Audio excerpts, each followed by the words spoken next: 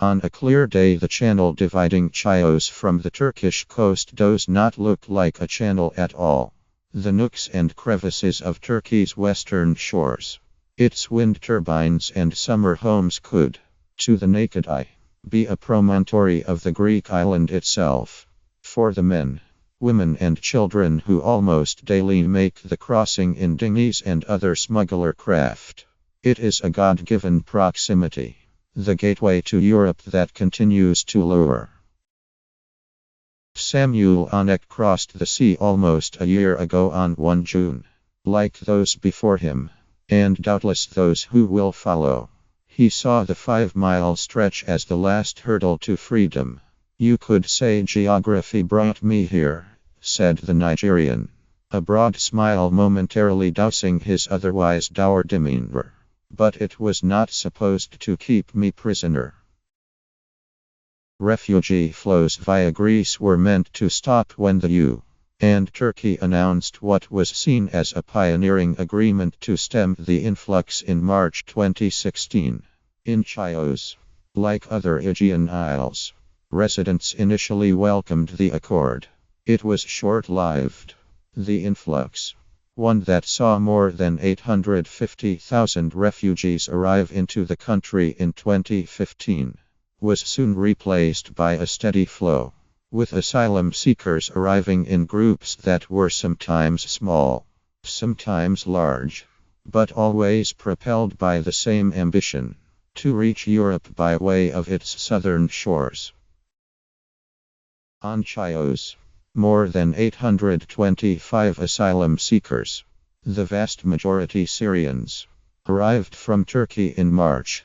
This month almost 600 have come, with at least 3,000, according to authorities, housed in 2 overcrowded camps minus 1 makeshift, the other a razor-wire-topped detention center in a former factory known as Vial. It is anger that hangs in the air. Greece's Aegean Isles have become de facto detention facilities, a dumping ground for nearly 14,000 stranded souls, unable to move until permits are processed and fearful of what lies ahead. "Anything could happen because everything is hanging by a thread," says Makis Mylonas, a policy advisor at the town hall. Chios, Samos, Lesvos, Kos, Leros were sacrificed in the name of Europe's fixation to keep immigrants out, he claims, listing the isles continue to bear the brunt of the flows. International aid organizations do not disagree. "Are we worried? Of course we are worried," says Shane O'Brien, the UN Refugee Agency's resident spokesman. To say things are tense is to state the obvious. Officials are scrambling to cope with rising tensions. A coterie of far-right extremists has emerged and there have been attacks on migrant camps. Last week, neo-fascists threw incendiary devices at immigrants living at the Suda camp. Frustration is also growing among refugees with nothing to do but wait. Requests to run through an asylum processing machine widely damned, moving at glacial speed. In March, a young Syrian self-immolated. "It's an emergency," says Chios' mayor, Emanuel Vanis. "The islands need to be relieved, but we also need to take measures. Since we are here, planted by history and geography, we need to understand the reality." For Vanis, measures would start with a second detention center, but islanders fearful new facilities will act as a potential magnet have fiercely opposed the proposal.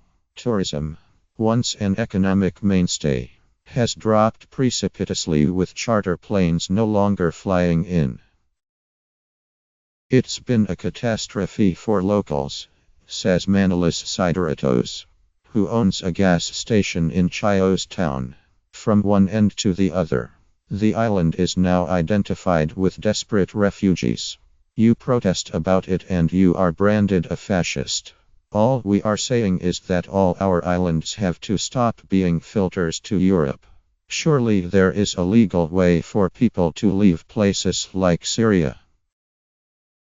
With Chios' main detention center at bursting point, and daily arrivals far outstripping deportations, or U relocations, also foreseen under the U-Turkey deal, immigrants are forced to live in slatternly tents spreading with each new boatload beyond the castle along the shores.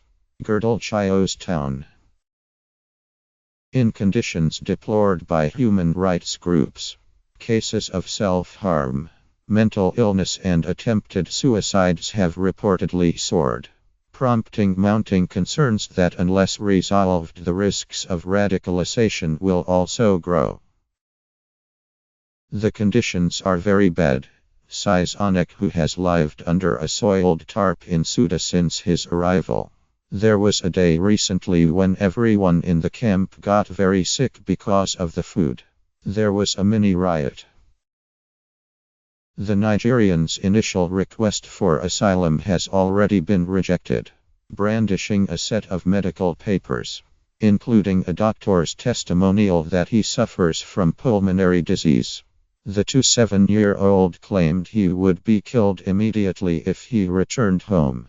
Fulani militants tried to get me, he said, pointing to a knife wound on his neck.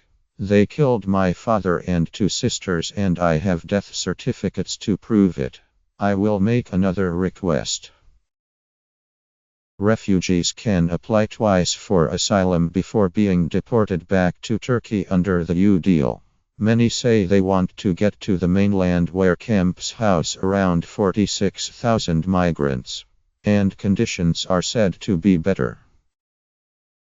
As on other isles, the great fear on Chios is of a mass rejection sparking violent reaction from refugees refusing to leave. About 400 second-time requests minus most by young single men minus are thought to be pending. There is no way they will be able to deport people quietly, says Nick Millett, a British volunteer. The situation here is absolutely shameful. It's Europe's dirty secret. Why does this place exist? Why are children sleeping on a beach? With the Swiss Go. Be aware and share. The Cambridge graduate has helped establish a parallel education system for refugee children who, officials contend, are unable to integrate in the local school system under the U-Turkey deal. Run out of a disused taverna and former doctor's surgery. The school is one of the few bright lights on an island whose fault lines are otherwise worsening by the day. More than 200 pupils, including unaccompanied minors from Syria, Afghanistan and Iraq, attend lessons given by international teachers drawn to the cause via social media. We've witnessed a real transformation, Millet enthuses. It's amazing to see kids be kids in an environment that they should be in. An environment that is loving, caring and safe. In the depths of spring, Chios is a sleepy place. Its rhythms punctuated by the noisy arrival of night ferries. Now the focus of stowaways determined to leave. But there is also a sense of menace that is impossible to ignore. Another big wave from Turkey and it would be difficult to cope, says Milanus at the town hall. Millet finds it hard not to agree. This can't go on forever, he says. At some point something has to give.